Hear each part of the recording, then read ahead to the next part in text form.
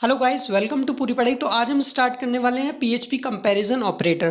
तो जैसे हमें नाम से क्लियर हो रहा है, ये जो ऑपरेटर्स होते हैं वो वैल्यूज़ को कंपेयर करने के लिए काम में आते हैं। इनमें हमारी काफ़ी सारे ऑपरेटर्स हैं, जैसे equal to operator, identical operators, greater than, less than, not identical, not equal to. तो चलिए हम नोटपैड पे चलते हैं और देखते हैं कि किस तरह से रन होते हैं और क्या वैल्यू रिटर्न्स करते हैं। जैसे हमारे पास ये दो वैल्यूज़ हैं। अभी हमने एक्स की वैल्यू 15 ले रखी है और वाई की वैल्यू 10 ले रखी है, और इन दोनों को हमें कंपेयर कराना है। तो कंपेयर कराने के लिए हम $x double equal to $y, ये क्या करेगा, दोनों वैल्यूज़ को कंपेयर कराएगा। अब कंपेयर कराने के बाद आपको क्या करना होगा, कंपेयर कराने के बाद कुछ वैल्यूज़ रिटर्न करेगा। अब वैल्यूज़ रिटर्न करेगा तो हमें उसको शो कराना पड़ेगा। तो शो हम कैसे कराएंगे, एको कराएंगे, और वी आर डम्प एक फंक्शन है, उसको हम यूज़ करेंगे। तो इससे क्या होगा कि ये जो भी वैल्यूज़ रिटर्न करेगा, हमें अभी ये चेक करना है कि ये वैल्यूज़ को कंपेयर कर रहा है या फिर नहीं कर रहा है, वो और कैसे कर रहा है। तो उसके लिए हम क्या करेंगे, वेर डम्प यूज़ करेंगे। वेर डम्प फंक्शन क्या करता है, किसी भी वैल्यू, ये दोनों एक वैल्यूज़ हैं, तो किसी भी जो वैल्यूज़ होती है उसका रिटर्न टाइप, मतलब कि डाटा टाइप क्या है, वो स्ट्रिंग है, इंटीजर है, फ्लोट है, क्या है वो, प्लस उसकी वैल्यू, दोनों को वो रिटर्न करता है। ठीक है, तो हम इसको रन करा के देख लेते हैं। कंट्रोल एस सेव कर लेते हैं। सेव कराने के बाद यहाँ पर हम इसको रिफ्रेश करते हैं। रिफ्रेश करने के बाद बूलियन फॉल्स आ रहा है, मतलब कि बूलियन वैल्यू रिटर्न कर रहा है और फॉल्स रिटर्न कर रहा है। ठीक है, और अब हमने लगाया नॉट इक्वल टू, मतलब कि दोनों इक्वल टू नहीं है। ठीक है, तो अब ये क्या कर रहा है, ट्रू कर रहा है, मतलब कि दोनों इक्वल नहीं है। अभी हम क्या करा देते हैं कि 15 करा देते हैं दोनों वैल्यूज़ को। अब दोनों वैल्यूज़ को 15 करा दिया, उसके बाद हम चेक करेंगे ये, मतलब कि ये X no it's not equal to Y, ऐसा है नहीं है, तो ये फॉल्स रिटर्न करना चाहिए हमें। तो इसको हम सेव करा देते हैं। सेव कराने के बाद रिफ्रेश कर लेते हैं, ये फॉल्स रिटर्न कर रहा है। ठीक है, अब हमारा नेक्स्ट है, ये equal to not equal to हमारा कवर हो चुका है, और नॉट इक्वल टू ये नीचे वाला भी नॉट इक्वल टू है।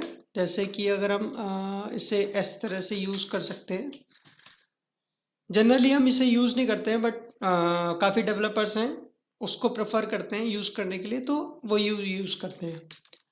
और इक्वल टू आइडेंटिकल, अब ये 3 इक्वल टू है, ये हम देख लेते हैं कि किस तरह से काम करता है। अभी आप देखेंगे कि ये दोनों इक्वल हैं। अब ये क्या कर रहा है कि identical return true if X is equal to Y and they are the same type, मतलब सेम टाइप के होने चाहिए। जैसे इंटीजर है तो इंटीजर टाइप के होने चाहिए, स्ट्रिंग है तो स्ट्रिंग टाइप के होने चाहिए। तो हम इसको सेव कर लेते हैं। अभी देख लेते हैं कि वैल्यूज़ क्या आ रही है। अभी वैल्यूज़ हमारी आ रही है कि बूलियन है और ट्रू है। ट्रू मतलब कि दोनों इक्वल हैं। अभी हमने क्या कर दिया, किसी एक को हमने स्ट्रिंग में चेंज कर दिया। ठीक है, ये हमारे स्ट्रिंग में चेंज हो गया, ये हमारे स्ट्रिंग बन गया, ये हमारी इंटीजर वैल्यू है। अगर हम किसी भी वैल्यूज़ को सिंगल कोट या डबल कोट्स में ऐड कर देंगे तो वो हमारी स्ट्रिंग में कन्वर्ट हो जाएगी। अब इसको हमने स्ट्रिंग में कन्वर्ट कर दिया, तो इससे कर दिया कंट्रोल एस, सेव कर दिया। सेव करने के बाद इसे हम चेक करेंगे तो ये फॉल्स आ रहा है, मतलब दोनों 15 है बट ये फॉल्स आ रहा है। तो अब हम एक चीज़ और चेक कर लेते हैं कि इसकी वैल्यूज़ कैसी कैसी आ रही हैं। ठीक है, कंट्रोल एक्स करेंगे, सिर्फ कंट्रोल एक्स करेंगे यहाँ पर, और इसको हम फिलहाल हटा देते हैं।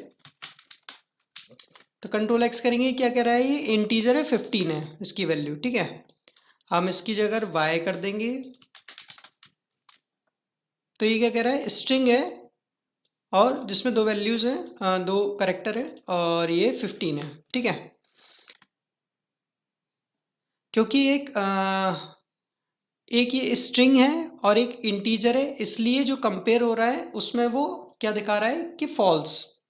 ठीक है, इसे हम रिटर्न कर देते हैं और इसको देख लेते हैं। अभी क्या आ रहा है हमारे पास, फॉल्स आ रहा है। ठीक है, हम दोनों की वैल्यूज़ को स्ट्रिंग स्ट्रिंग कर देंगे तो ये हमारा ट्रू हो जाएगा। ठीक है, इसी इसी तरह से हमारा नॉन आइडेंटिकल होता है, सेम, मतलब वो अपोजिट है डायरेक्टली इसकी। अब दोनों स्ट्रिंग है दोनों को कंपेयर करना है तो ट्रू आना चाहिए, बट नॉट आइडेंटिकल लगा दिया हमने तो क्या आएगा, फॉल्स आ जाएगा। ठीक है, वो अपोजिट है। और ग्रेटर देन लेस देन भी चेक कर लेते हैं एक बार। अब इसमें हम चेक कर लेते हैं इंटीजर वैल्यूज में ग्रेटर देन लेस देन। 15 10, जैसे 15 और 10 है, इसमें ग्रेटर देन ये वाला क्या होना चाहिए, x की वैल्यू जो है 15 है वो ज़्यादा है y से, तो ये हमारे पास ट्रू आना चाहिए। तो हम इसे सेव करके देख लेते हैं, ट्रू आ रहा है ये। ठीक है, और ऐसे ही इसका अपोजिट है, y की वैल्यू क्या है, स्मॉल है और 15 बड़ा है, तो कंट्रोल एस करते हैं इसे।